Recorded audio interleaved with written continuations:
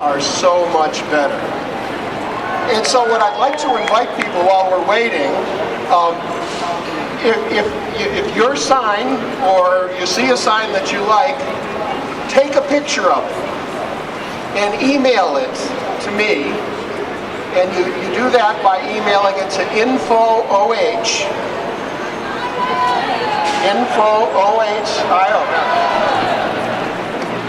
afphq.org. That's AmericansForProsperityHQ.org. And we're going to post these, and in fact I think we're going to have a contest. So what you want to do is come back in a day or two and we'll vote on the best signs that we have. So while we're waiting, everybody look around at the signs. There are fantastic signs here. The best one that I heard of earlier today, apparently there was a 7 or 8 year old girl in Boston or Cincinnati or someplace who had a sign that said, "I'm one of the God-fearing, taxating, limited government people that Homeland Security has warned you about." And so are all of you. In a minute.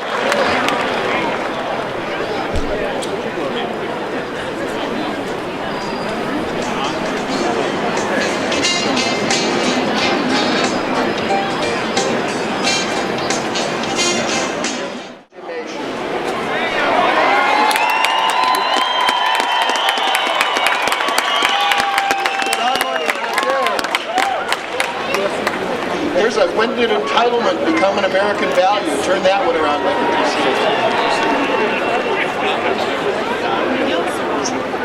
Stop the piracy.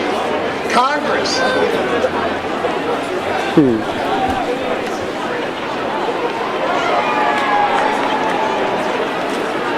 We'll be back in a minute.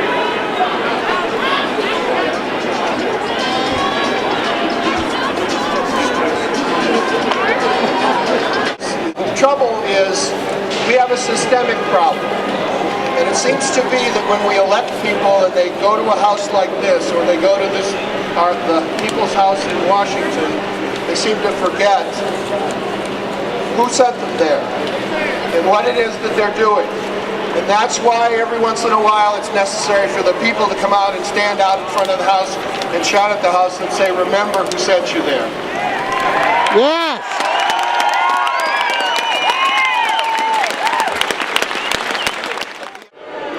Ooh. Obviously, none of us are so silly and unsophisticated not to realize that that's new taxes. So we have a website, www.feesaaretaxes.com. When you get home tonight, you go on that website, there'll be a place where you can sign, put your name and your email address and your zip code in. And that will effectively be electronically signing that petition that will tell Governor Strickland and President Harris and Speaker Buttigieg, we don't want a pretend budget that says it's not raising taxes when it really is. We want the state government to live within its means. Sorry, I'm on the steps. Yay! We'll be right with you. We're ready to go.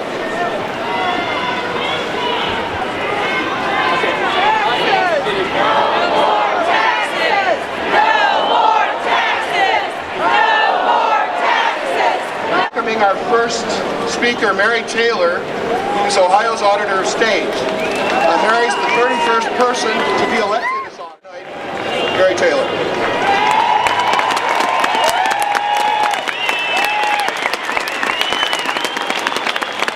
Thank you very much. Okay, with this, let's pray first. Is that what I heard? Okay. Will you bow your head with me? Let's pray first. Dear Lord, please watch over us this evening as we stand here as citizens of a free country, the United States of America, with our rights protected by our Constitution and our Declaration of Independence, to stand before you. And those leaders are using that one-time money, new taxes disguised as fees, and a long list of temporary accounting schemes to prop up an unsustainable budget.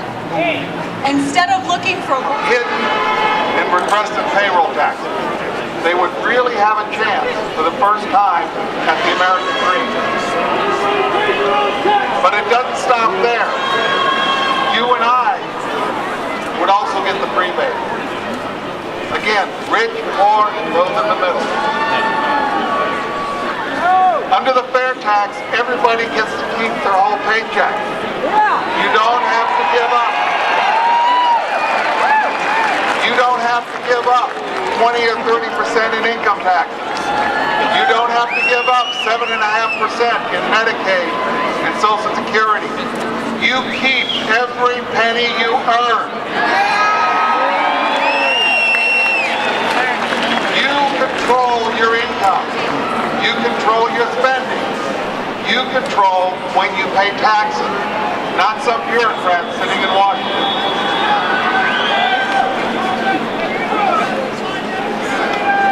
Young couples would be able to save for that first home or for those major purchases they need to start.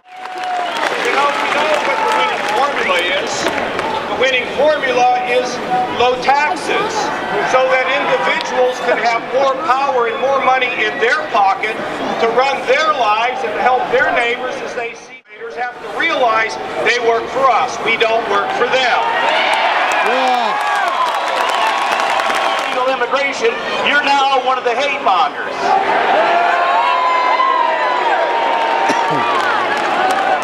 And then, in this report, it says that one of the other things they're looking for is that right-wing extremism goes beyond religious and racial hate groups, and it extends to those that are mainly anti-government and reject federal authority in favor of state or local authority. Doesn't that define our federal republic right there? Does she not understand the 10th Amendment? Can she read our Constitution? It's pretty easy to understand if you read the 10th Amendment, and the great thing about the Constitution is our founding fathers were quick and to the point. It wasn't like the European Union Constitution, which is like a bazillion pages long. The 10th Amendment's easy to read and it's easy to understand. Not for these The people. Constitution kept it simple. The powers not delegated to the United States by the Constitution, nor prohibited by it to the states, are reserved to the states respectively, and most important, to the people. Yeah. This is an incredible turnout today. It's beyond my wildest beliefs, even with the weather. And if you're like myself, one of the reasons you're here is that you're tired of yelling at the TV. You're tired of yelling.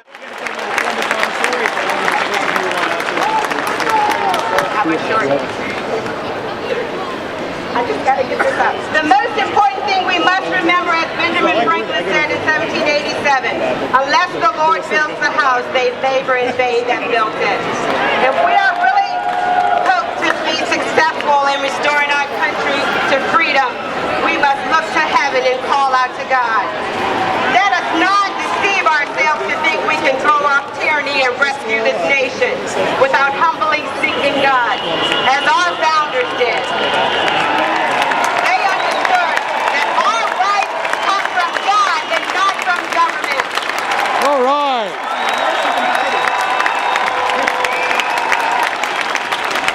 The news media I would have truly gone to believe this. that our cause is just. So if our motives are pure, and with the help of God, I triumph. Let us walk in the steps of our founders and fulfill our destiny as Americans.